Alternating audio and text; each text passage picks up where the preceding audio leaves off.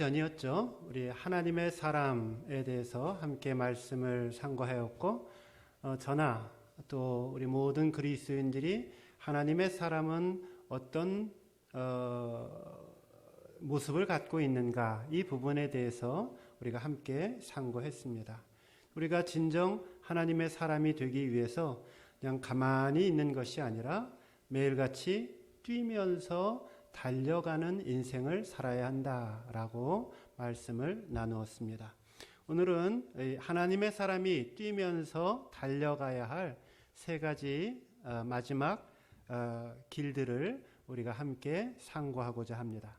첫째, 하나님의 사람은 믿음의 선한 싸움을 싸워야 합니다. 한번 따라해 보세요. 믿음의 선한 싸움을 싸우자. 네.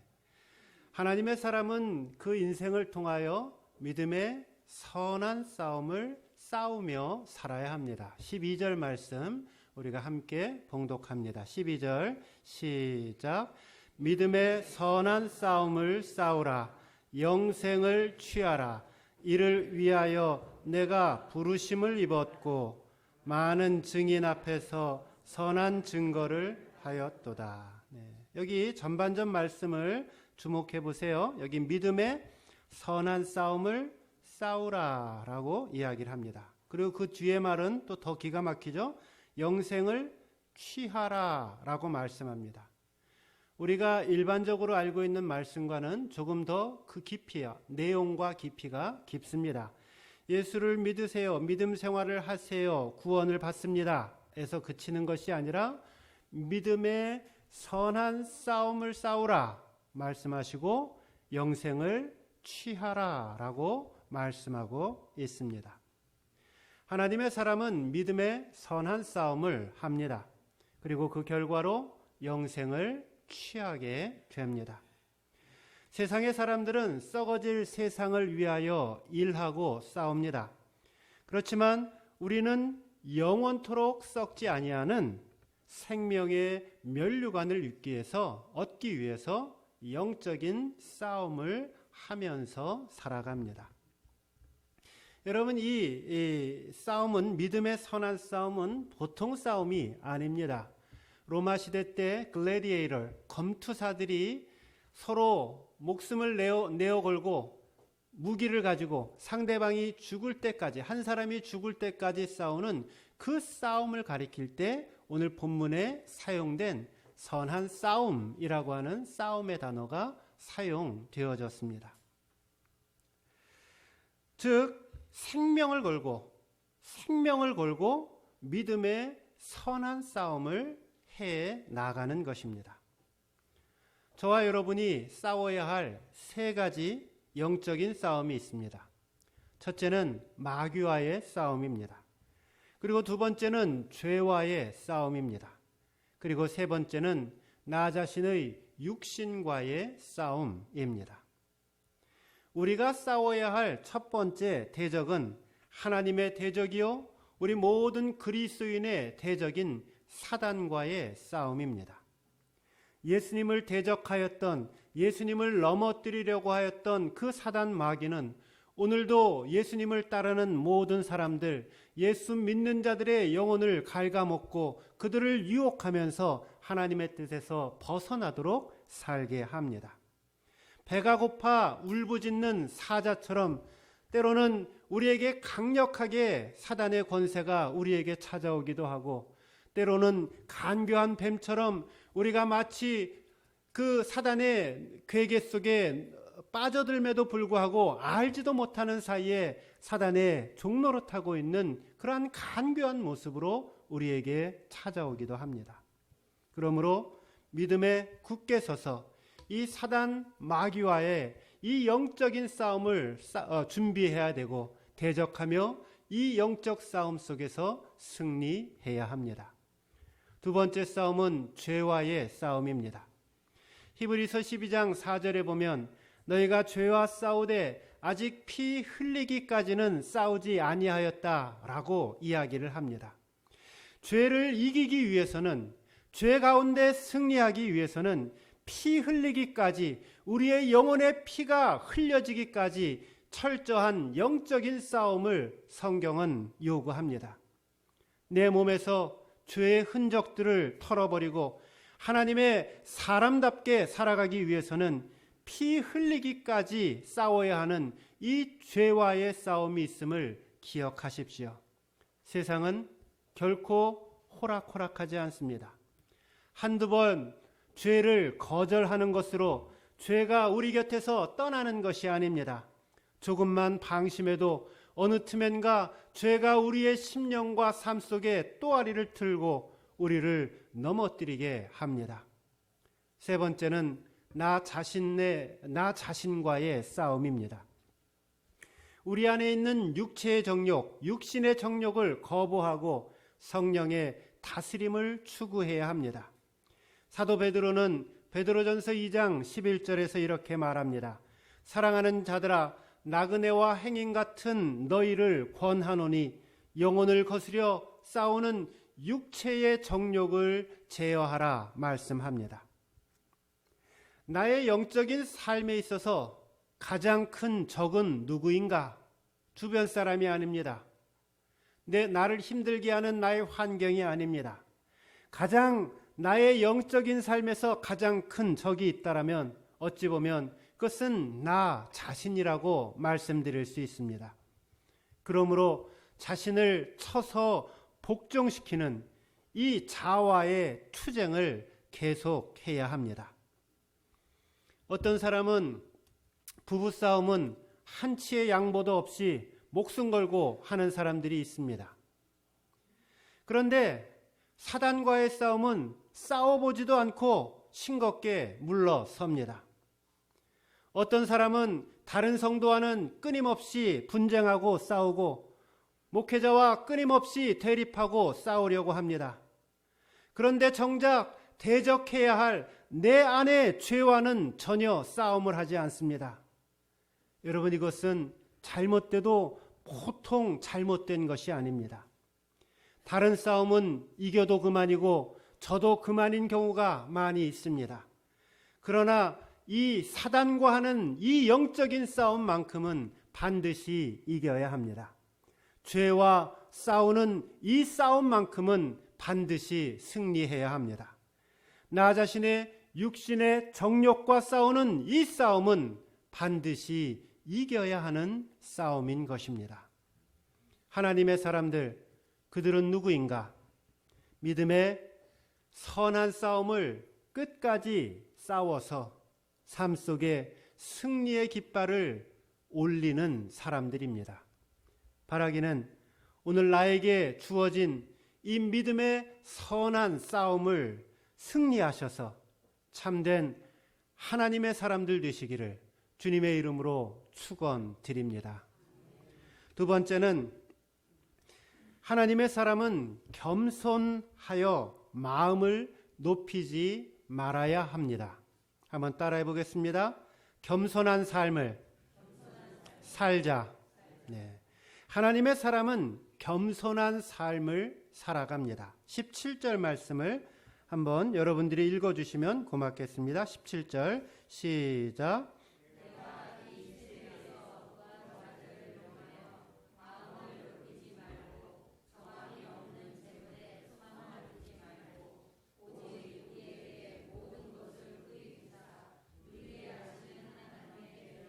아멘. 제가 이 17절 말씀에서 먼저 강조할 말씀은 이 앞쪽 부분에 있는 마음을 높이지 말고라고 하는 표현입니다. 하나님의 사람들은 마음을 높이지 않습니다. 마음을 높이지 않는다라고 하는 이 말은 겸손하다라는 말입니다. 하나님이 가장 싫어하는 마음이 있습니다.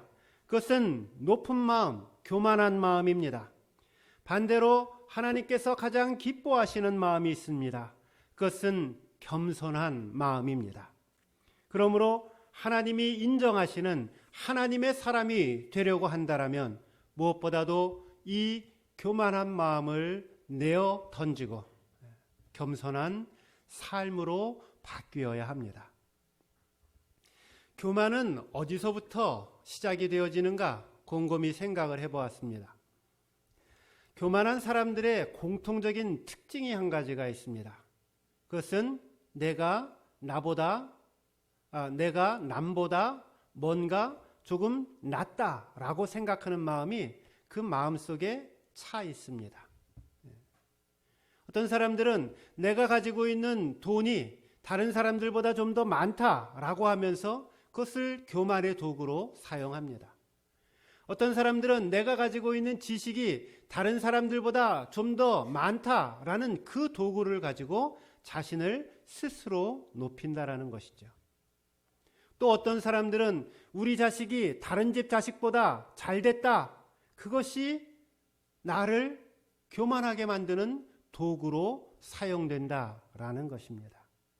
내가 가지고 있는 사회적인 지위 혹은 내가 가지고 있는 여러 환경들, 상황들을 보면서 내 것이 조금 더 나아라고 하는 이 비교를 통해서 우리는 우리의 마음속에 교만을 만들어 갑니다. 영적인 부분에서도 교만이 있을까요? 그렇습니다. 어떻게 교만이 찾아올까요? 내 믿음이 다른 사람들보다 난 좀 나아라고 생각하는 그 마음에서부터 교만의 싹트기 시작한다라는 겁니다. 나보다 남을 낮게 여기며 이것이 성경의 가르침이에요. 그런데 교만의 마음은 무엇이냐면은 남보다 나를 낮게 높게 여긴다라는 마음인 것이죠. 이 마음을 버릴 수 있어야 합니다. 사울 왕을 생각해 보십시오. 겸손한 사람이었습니다. 그런데 왕이 되고 나서 교만해집니다. 하나님의 명령을 거역합니다. 선지자를 조롱합니다. 이 사울의 교만은 하나님을 근심케 합니다. 하나님께서는 사울을 왕 세운 것을 후회하십니다. 결국 그의 왕위를 패하고 마십니다. 사울의 인생은 크게 두 가지로 극명하게 나뉠 수 있습니다. 인생의 전반전은 하나님 앞에 겸손으로 시작되어진 축복의 인생이었습니다. 그런데 이 사울 인생의 후반전은 교만으로 인하여서 그 인생의 비극적인 결말을 맞게 됩니다. 하나님은 겸손한 사람은 받아주십니다. 그런데 교만한 사람은 물리치십니다. 그러므로 사랑하는 성도 여러분, 돈이 많으면은 그것이 나로 넘어지게 만드는, 나로 교만하게 만드는 도구가 되지 않도록 조심하시기 바랍니다. 학식이 많으면은 그것이 나로 교만하여져서 나로 넘어지지 않게 만드셔야 합니다. 자녀들이 잘 되었다라면 그것이 나로 교만의 자랑이 되지 않아야 합니다. 내가 하나님 앞에서 남보다 더 열심히 봉사하고 내가 더 열심히 충성하고 있다라면 그 영적인 그 충성심이 나로 영적인 교만의 자리로 빠지지 않게 만들어야 합니다. 왜냐하면 하나님은 교만한 자를 물리치시기 때문입니다. 잠언 4장 23절의 말씀입니다. 무릇 지킬 만한 것보다 더욱더 너의 마음을 지켜라 말씀합니다. 생명의 근원이 이 마음에서 나기 때문이라고 말씀을 합니다. 모든 생명의 근원이 우리의 마음에 있다라는 것입니다. 이 이야기는 바꾸어 말하면 내 마음이 올바로 되지 못했을 때, 내 마음이 제대로 서 있지 못했을 때 우리 인생 전체가 무너질 수 있다라는 것입니다. 내 마음이 높아지게 되어지면 그것은 전부가 높아지는 것이고 하나님의 은혜를 받을 수 없게 됩니다. 우리 예수님은 나는 마음이 온유하고 겸손하다 말씀하였습니다. 나의 멍에를 메고 내게 와서 배우라고 말씀하셨습니다. 겸손하신 예수님, 그는 이 땅에 하나님의 아들로서 가장 낮은 자리로 오셔서 사람들을 위하여 봉사하였고 섬기셨고 자신의 목숨까지 희생물로 드리셨습니다. 바라기는 오늘 예수님께 참 겸손함을 배우셔서 진정 우리 모두가 하나님의 사람 되시기를 주님의 이름으로 축원드립니다. 마지막입니다. 빠르죠? 세 번째, 정함이 없는 재물에 소망을 두지 말고 하나님께 소망을 두라입니다. 한번 따라해 보세요. 재물에 소망을 두지 않고 하나님께 소망을 둔다. 하나님의 사람들은 재물에 자신의 소망을 두는 것이 아니라 하나님께 소망을 두며 살아가는 사람들입니다. 17절 말씀 다시 보겠습니다. 17절 제가 봉독해 올릴게요. 내가 이 세대의 부한 자들을 명하여 마음을 높이지 말고 정함이 없는 재물에 소망을 두지 말고 오직 우리에게 모든 것을 후히 주사 누리게 하시는 하나님께 두며 말씀합니다. 여기 정함이 없는 재물이라는 표현이 나오죠. 여기 정함이 없는 불확실한 이라는 뜻입니다. 불확실한 재물이라는 뜻이에요. 있다가도 없을 수가 있고 없다가도 있을 수 있는 재물이라는 뜻입니다. 이것은 여러분들이 인생 사시면서 많이 경험한 일들입니다. 잠언 23장 5절에 보면 재물에 관하여 아주 재미난 표현이, 흥미있는 표현이 나옵니다. 내가 어찌 허무한 것에 주목하겠느냐. 정령이 재물은 날개를 내어 하늘에 나는 독수리처럼 날아가리라 말씀하십니다.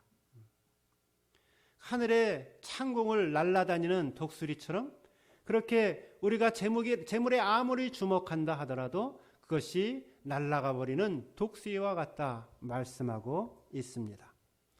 따라서 성경은 믿을 수 없는, 정함이 없는 이 재물에 소망을 두지 말라 말씀합니다.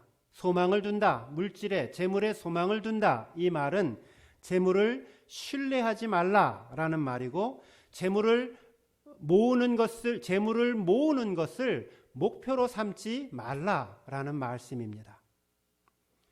베이커 성경 주석에 보면은 재물의 화근론에 이런 글이 나옵니다. 한번 들어보세요. 재물에 마음을 둔 사람은 필연적으로 참된 기쁨이나 평안을 누릴 수 없습니다. 이는 마음속에 언제나 두려움과 걱정과 불안과 의혹과 시기심이 자리 잡고 있기 때문입니다. 이러한 자들은 재물을 모으는데 고생할 뿐 아니라 지키는데도 늘 걱정하며 근심합니다. 탐욕은 바닥이 없는 시면과도 같아서 결코 채워질 수가 없습니다. 그들은 재물을 모으면 모을수록 마치 새로운 연료가 불꽃을 더하는 것처럼 한층 탐욕에 타오르는 것입니다. 오늘 우리가 살아가는 이 세대는 황금 만능의 시대요. 많은 사람들이 더 많은 물질을 모으는 것에 그들의 인생을 투자하고 마음을 빼앗기며 살아갑니다. 그러나 하나님의 사람들은 재물에 의지하여 자신의 인생을 사는 사람들이 아닙니다.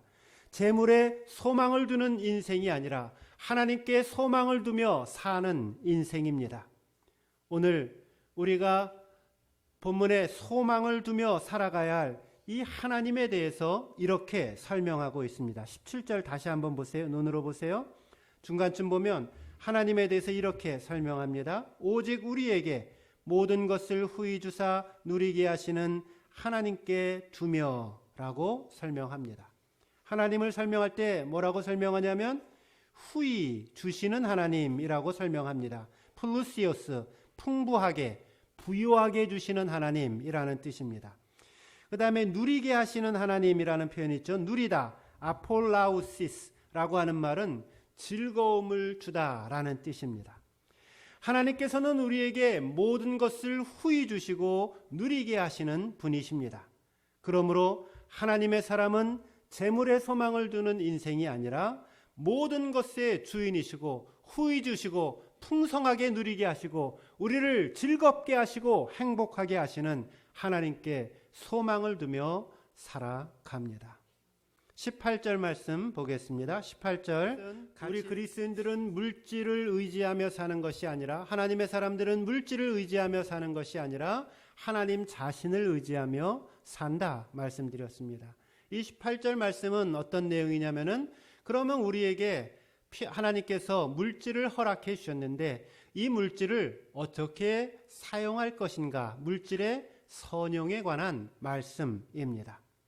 물질을 잘 사용해야 됩니다.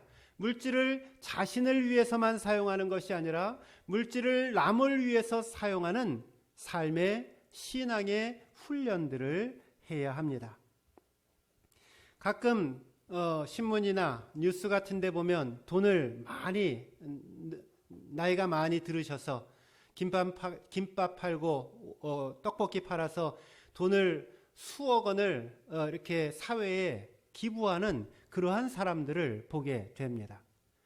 여러분 생각할 때, 야, 저 사람들은 참 이제 돈도 많고 돈 쓸 데가 없어서 이제 저렇게 사회에다 기부하는구나. 나도 나중에 돈 죽을 때 되고 돈 그때도 많이 있으면은 내가 사람들에게 사회에 하나님 앞에 기부해야지, 이렇게 생각할 수 있을지 모르겠습니다. 여러분 그렇지 않습니다. 물질은요 결코 쓰고 남으면 다른 사람들에게, 다른 사람들을 도울 수 있는 그러한 것이 아닙니다. 내가 필요한 만큼 열심히 쓰고 살다가 남은 인생에 남은 물질이 있으면 그걸로 내가 하나님도 섬기고 다른 사람도 섬기겠다, 그런 일은 여러분 평생에 결코 일어나지 않습니다. 우리 그리스도인들은 매일의 삶 속에 하나님 주시는 일용할 양식을 얻을 수 있다라면 그것으로 감사할 수 있어야 합니다. 그리고 하나님께서 나에게 더 허락해 주는 물질을 가지고 선용하며 살아가야 합니다. 선용하지 않으면, 물질을 베풀고 나누며 살지 않으면 그 인생에 반드시 문제가 생깁니다. 반대로 내가 하나님 주신 그 물질을 가지고 나누고 베푸고 살 때에 하나님은 우리의 그 선행을 기억해 주시겠다라고 말씀하십니다. 비록 우리가 하나님 앞에 축복을 바라고 하나님 앞에 대가를 바라고 누군가를 돕고 섬기는 것이 아니지만은 하나님은 우리의 그 모든 선한 행실들을 기억하시고 갚아주시겠다 말씀하십니다. 여러분, 저는 이 땅에 살면서 우리가 할 수 있는 가장 의미가 있고 행복한 일 중 하나가 다른 사람들을 돕는 삶을 사는 것이라 생각합니다. 이 생에서 한 사람의 그 인생을 판단할 수 있는 척도는 그 사람을 얼마나 많은 사람들이 우러러보느냐가 아닙니다. 혹은 그가 가지고 있는 돈의 양이 얼마나 많은가가 아닙니다. 그가 얼마나 자신의 인생과 자신의 삶과 자신의 물질을 가지고 사람들을 돕고 나누고 섬기며 살았는가가 그 인생의 가치를 결정합니다. 더 많이 베풀수록 더 가치가 있는 삶을 사는 것이고 더 아름다운 삶을 살아가는 것입니다. 행복한 인생을 원하십니까? 그렇다면 베풀고 나누며 사십시오. 우리의 삶을 더 행복하고 더 풍성하게 하는 길은 베풀고 나누어 주는 길에 있습니다. 삶은 나눔으로 부족해지는 것이 아니라 삶은 오히려 베풀고 나눔으로 하나님의 은혜를 경험하고 더 축복을 경험하고 하나님 안에서 부요해지는 인생을 살아가는 것입니다. 이것이 신앙의 신비입니다. 기억하십시오. 우리가 하나님 앞에 설 때, 주님 앞에 서게 될 때 남은 재물 이 땅에 많이 남겨놓고 주님 앞에 서게 된다라면 여러분, 그 인생 하나님 앞에 심판이 있습니다. 한 달란트 받았던 그 주인의 모습을, 한 달란트 주인의 모습을 생각해 보십시오. 그가 주인에게 책망을 받은 이유가 무엇입니까? 그냥 그 돈 안 쓰고 땅에다가 묻어두었기 때문입니다. 저와 여러분은 하나님의 청지기입니다. 하나님께서 맡기신 것을 잘 사용하라고 우리에게 청지기의 직분을 주셨습니다. 바라기는 저와 여러분 모두가 하나님의 진정한 사람이 되어서 될 수 있는 대로, 할 수 있는 대로 최선을 다하여 베풀고 나누고 섬기는 인생 되어 진정 하나님의 사람으로 살아가실 수 있기를 주님의 이름으로 축원드립니다. 기도하겠습니다.